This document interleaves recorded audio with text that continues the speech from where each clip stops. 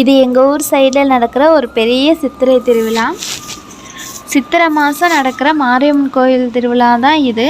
இந்த 15 நாளும் அவ்வளோ சூப்பராக இருக்கும். நைட்டாக பகலானே தெரியாது, அந்த அளவுக்கு கூட்டமாக இருக்கும். நைட் நேரத்துலேயும் கூட்டம் இருக்கும், பகல் நேரத்துலேயும் கூட்டம் இருக்கும்.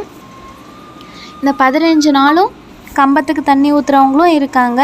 ஆனால் நான்லாம் வருஷத்தில் இந்த திருவிழாவப்போ 3 நாள் ஊற்றிட்டு போவோம். அந்த 15 நாளில் ஏதோ ஒரு 3 நாள் கம்பத்துக்கு தண்ணி ஊற்றிட்டு போகலாம் அப்படின்னு நினைப்போம்.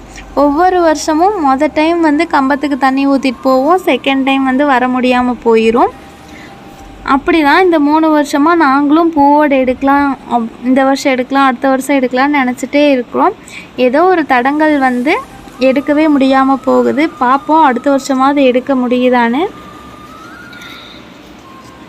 எப்போவுமே நாங்கள் 6 மணி 7 மணிக்குள்ளே கோயிலுக்கு வீட்டுக்கு போயிடுவோம். இந்த வருஷம் அப்படி தான் இந்த வருஷமும் நினச்சிருந்தோம். அவங்களும் 4 மணிக்கே வந்துடுவேன், கிளம்பிடு, வந்த உடனே போகலாம் அப்படிங்கிற மாதிரி சொல்லியிருந்தாங்க. நானும் சரின்னு கிளம்பியிருந்தேன். அப்புறம் பார்த்தா அவங்க 8 மணிக்கு தான் வர்ற மாதிரி ஆயிடுச்சு. 8 மணிக்கு வந்தாலும் சரி இதுக்கு மேலே நம்ம எங்கே போகிறோம் அப்படின்னு சொல்லி நினச்சிட்டு இருந்தேன். அப்புறம் அவங்களும் வந்த உடனே சரி போயிட்டு வந்தால் கிளம்பி இருக்கிறோம்ல போயிட்டு வந்துடலாம் அப்படிங்கிற மாதிரி சொல்லியிருந்தாங்க. நானும் 9 மணிக்கு மேலே ஆயிடுச்சு கிளம்பி போகிறப்போ.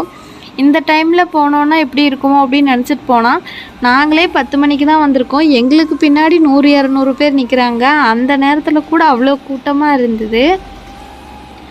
அன்னைக்கு நாங்கள் போகலைன்னா கண்டிப்பாக அந்த 15 நாளும் போயிருக்கவே முடியாது. ஏன்னா எங்களால் போக முடியாத ஒரு சூழ்நிலை வந்துருச்சு.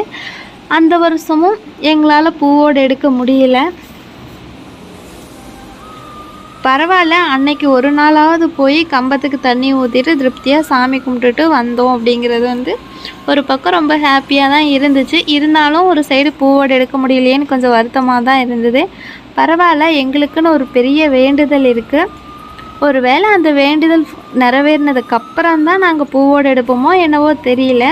அப்படி கூட எடுக்கலாம் அப்படின்னு நாங்களே நினச்சிக்கிட்டோம்.